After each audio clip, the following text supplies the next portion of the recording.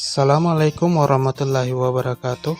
Perkenalkan, saya calon guru penggerak Kabupaten Barru Angkatan 11, Ade Wardiman SPD dari UPTD SDN 83 Barru. Video ini adalah koneksi antar materi modul 2.1 pembelajaran berdiferensiasi.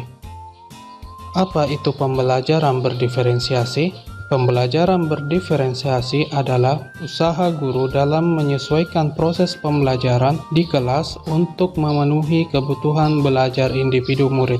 Artinya, pembelajaran yang memberikan keleluasaan pada siswa untuk meningkatkan potensi dirinya sesuai dengan kesiapan belajar, minat, dan profil belajar siswa tersebut.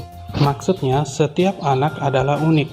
Mereka punya kelebihan dan kekurangannya masing-masing. Begitu pula dengan minat, gaya belajar, kebiasaan, pola pikir, dan lain-lain. Pastinya berbeda. Disinilah diperlukan usaha guru untuk dapat memenuhi kebutuhan belajar murid yang berbeda-beda, agar mereka merasa nyaman saat belajar di kelas, dan tentunya tujuan pembelajaran dapat tercapai.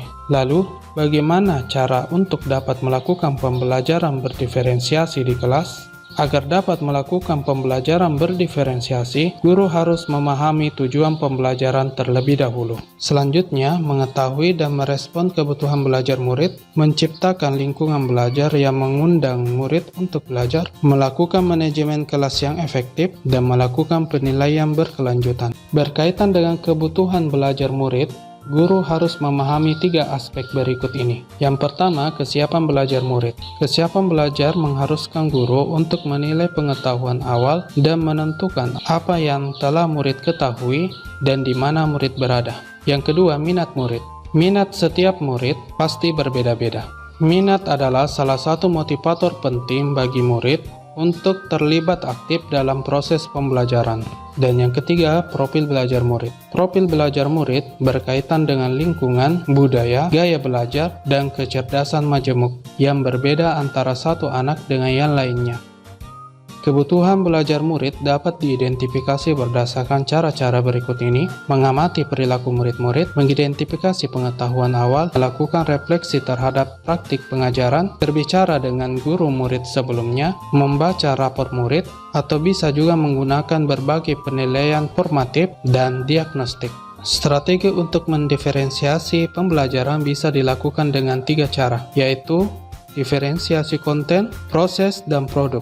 Guru dapat memilih salah satu atau kombinasi dari ketiganya. Diferensiasi konten berkaitan dengan apa yang kita ajarkan seperti materi, konsep, atau keterampilan yang perlu dipelajari berdasarkan kurikulum. Mendiferensiasi konten bisa dilakukan dengan membedakan pengorganisasian atau format penyampaian, bukan mengubah atau menurunkan standar kurikulum.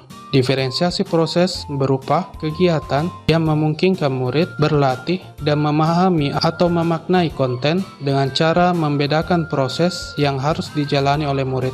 Dan diferensiasi produk berupa bukti yang menunjukkan yang murid telah pahami dengan cara membedakan atau memodifikasi produk sebagai hasil belajar murid, hasil latihan, penerapan, dan pengembangan apa yang telah dipelajari. Lalu, adakah keterkaitan antara modul pembelajaran berdiferensiasi dengan modul-modul yang lain?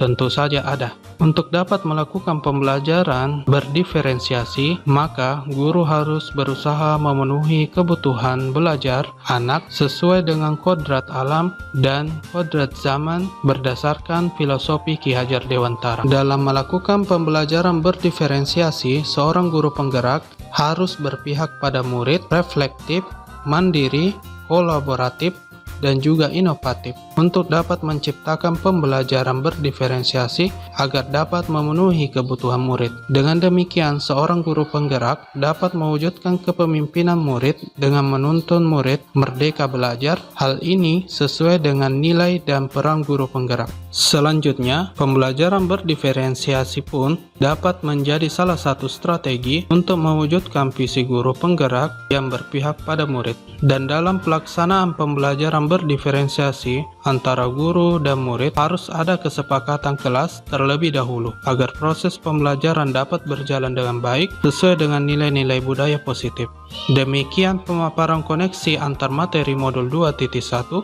Terima kasih, salam dan bahagia. Wassalamualaikum warahmatullahi wabarakatuh.